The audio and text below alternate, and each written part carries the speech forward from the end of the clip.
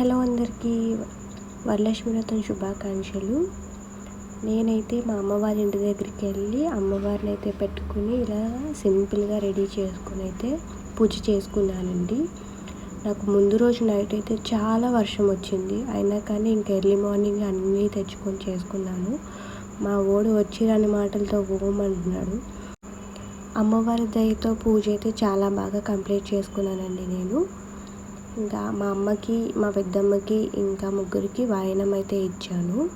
మా అత్తయ్య అయితే కుడాలు వాయనం ఇప్పించేదండి పెద్దమ్మ వరుసకి. సో ఈ సంవత్సరం నేను మా పెద్దమ్మకే ఇచ్చాను కుడాలు.